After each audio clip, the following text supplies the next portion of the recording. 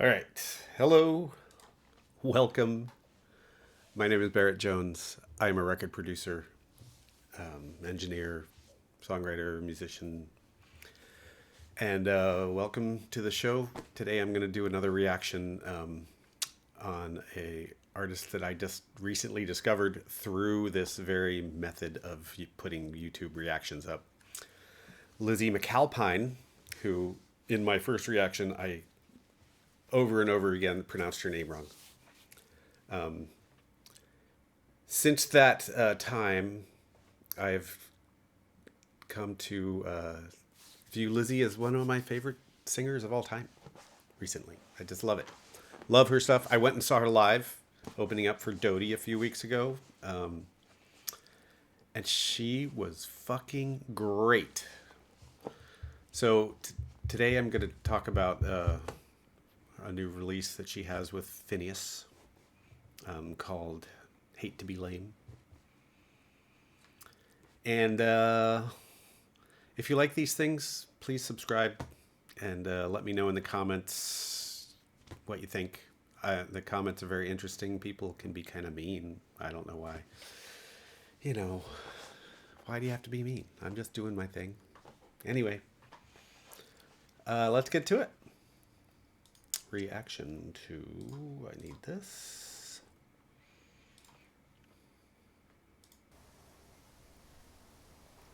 It's always on the tip of my tongue.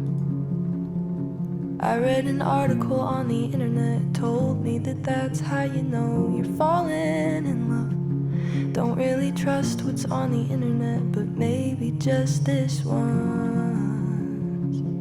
Okay, first thing I'm going to talk about is how I love the production of this. It's really, the music is very muted and subdued and quiet, and it's got some motion to it, really just showcasing her amazing voice. And the thing about her that I really love is her phrasing. And I'm going to start doing some courses on what makes vocals good and stuff like this. Phrasing, which is the rhythm of the words, is one of the most important things. It's one of the things that will make or break a song. If you have good rhythm, I mean, and her phrasing is so weird. It's just not where you would expect the syllables and the notes to fall. Now let's go. Hate to admit, but it might be true. Hate to admit, but I think you knew. That's an example right there. The hate to admit, but it might be true. So the true is like very afterthought. It's almost too late. It's like, you know, you would almost, I would, if I was like coaching a singer singing a song, I might say something like, that's not really in rhythm, or you're kind of missing it. You're holding that other note out too long, but it works so well. I would never say that because it works.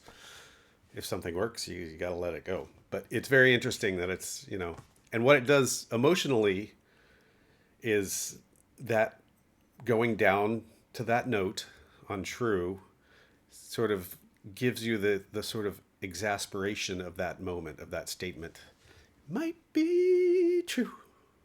You know, just sort of like, Anyway, let's go. Hate to be lame, but I might love you. It's always on the tip of my tongue, but I stop myself from saying it. Tell myself it's not the right time or something dumb. Now, Finneas has a really great voice for, I mean, he's obviously has a lot of practice singing with Billy, who also sings in this style, very quiet, whispery, yet really smooth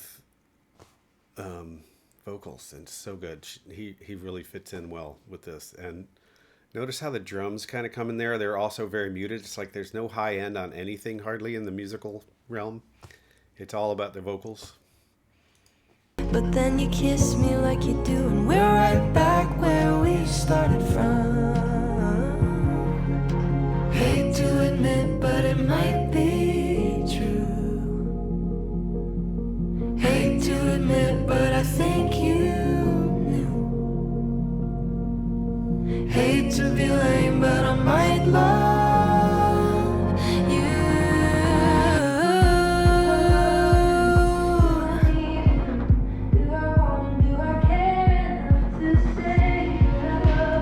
So here we get to the cool little bridge part where, you get into the little dancey vibe, and her vocal effect here is sort of, it's not quite telephone, but it is a little bit. It's kind of seems farther back and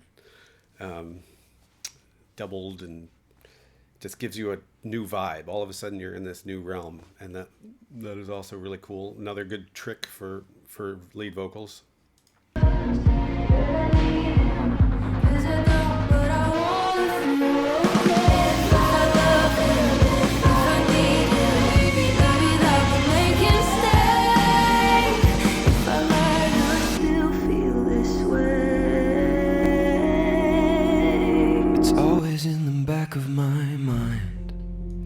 So that was really interesting. Like, it really blew up. You got high end in the drums and just bashing. It was like a huge emotional crescendo, and then they went straight back down. I mean, you got maybe 10 seconds of it, and then you're back down. That's really cool.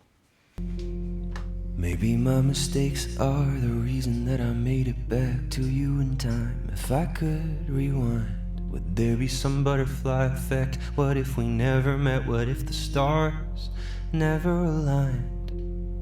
Hate to admit, but it might be true.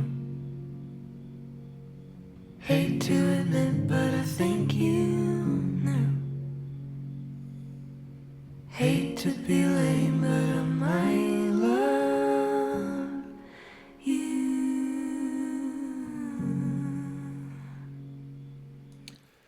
Amazing harmonies right there at the end. Harmonies are another thing that are really great. I mean, I love harmonies. I've always loved harmonies. The Beatles were my first favorite band. They had the best harmonies ever.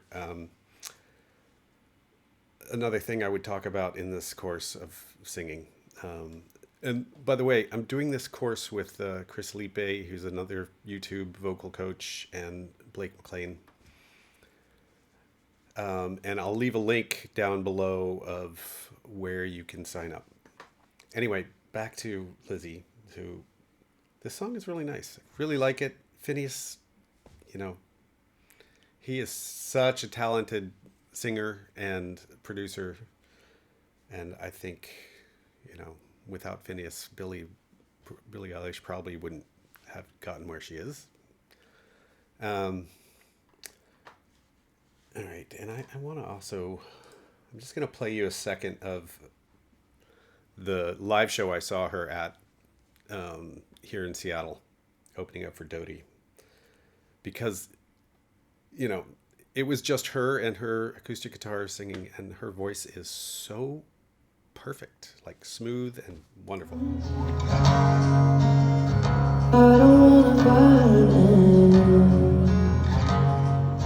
don't say that you'll always love me, 'cause you know I believe myself right for you over and over again.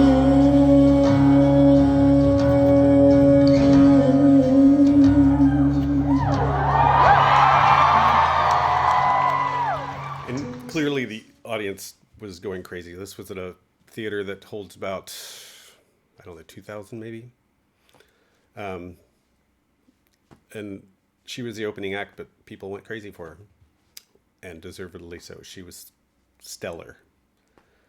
That song, Doomsday, is a really great song that I've recently started listening to.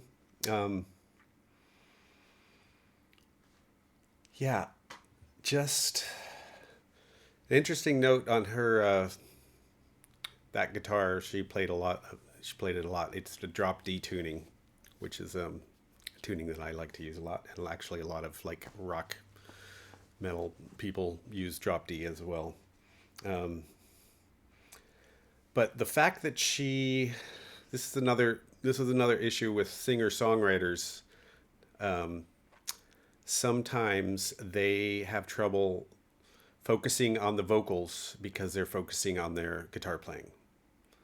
Lizzy does not have this problem because her vocals were front and center and taking all the glory, and the guitar playing was just the bed, and that's what it's supposed to be. A lot of times, and I am guilty of this myself, you're writing a song on guitar or piano or something, and you're spending all your mental energy making sure you're musical part is right, that you don't let your vocals shine and you don't focus on them and you don't sing loud enough. This this is a real issue, and why a lot of, like, you know, label heads and record companies back in the day didn't want lead singers playing an instrument. They wanted lead singers. All they wanted was a person who was singing. If that makes any sense. So if you're a singer-songwriter, make sure you focus on your vocals more than your playing. Anyway, thank you for coming. Please leave me some comments, and I'm still fairly new at this. Subscribe. Thank you.